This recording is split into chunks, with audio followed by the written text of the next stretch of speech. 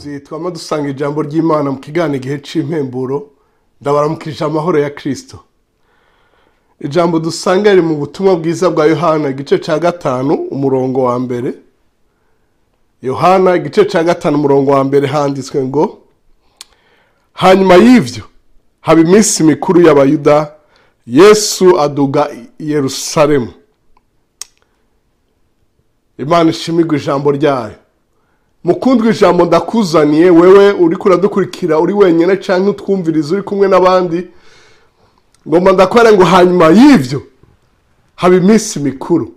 Hanyuma y'ivyo uri kuracamo sinzi ingene bimeze, sinzi aho bishika, sinzi uko biremereye. Hanyuma y'ivyo haraba iminsi mikuru, vyaba vyiza vyaba bibi witege iminsi mikuru.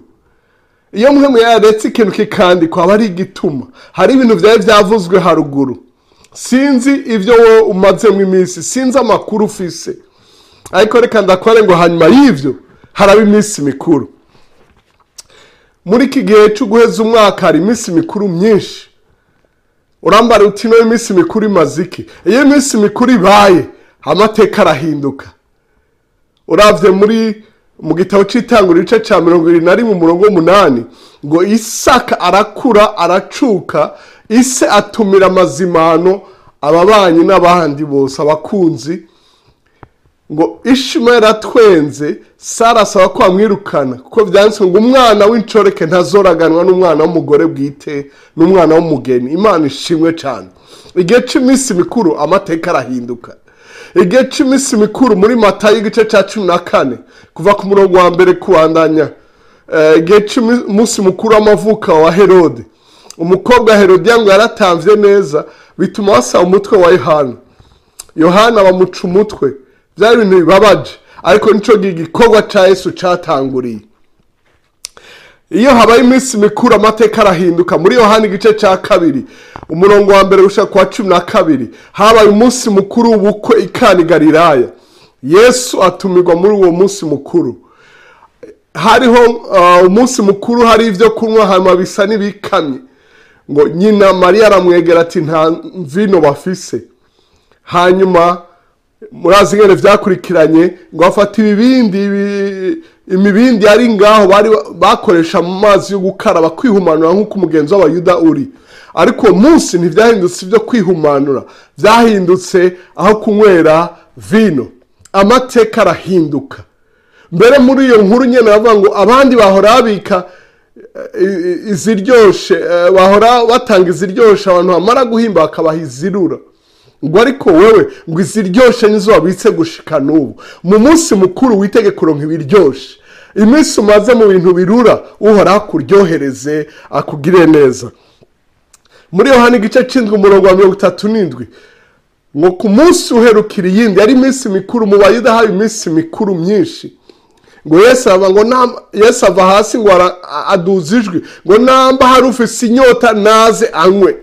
Ngo ivyo bivuga kuri mpemu yera. Mu minsi mikuru ntuhazwe gusa n'ivyo kunywa n'ivyo kurya, witege ubushobozi bwa mpemu yera, witege guhazwa n'ijuru. Ivyo abisi badashobora kuguha mu minsi mikuru yabo, muri budget yabo.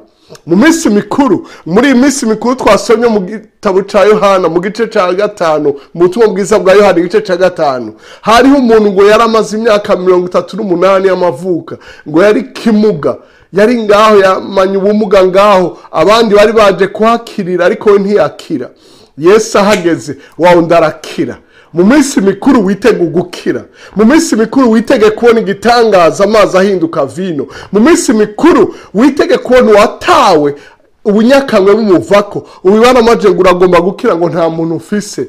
Uwo munsi ntiyamenya ko afise Yesu. Muri iyi minsi mikuru no mu yindi Imana guteguriye mu vyo uri kuracamo, Imana iguha umunsi mukuru ukira ubunyakamwe. Mu minsi mikuru uhora gukorera ivyo umwana w'umuntu atigeze gukorera vyose. Ndakwifurije kubona iminsi mikuru hanyuma y'ivyo. Ivyo ari vyose hanyuma y'ivyo. Hariho umugenzi yambare ko yanka bonane kubera ahantu yarapfungiwe mu Mpimba muri prison nkuru ya Bujumbura. Hanyuma kuri bonane abantu agacarimba bonane hamwe saa sita y'ijoro, nawe ari muri prison amaze imyaka 10. avayo yanka bonane, ntiyagira bonane, sinzi ko n'ubu ayigira. Mugabo Imana yamubohoye, aragira iminsi mikuru umuryango we, yavuye yubaka n'ibindi nk'ivyo.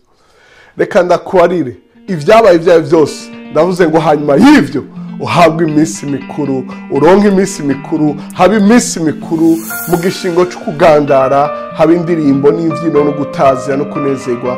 Imana ikugire neza, ubari umutima wawe, bare n'abandi, hanyuma y'ivyo haraba iminsi mikuru. Murakoze cyane kudutega yombi.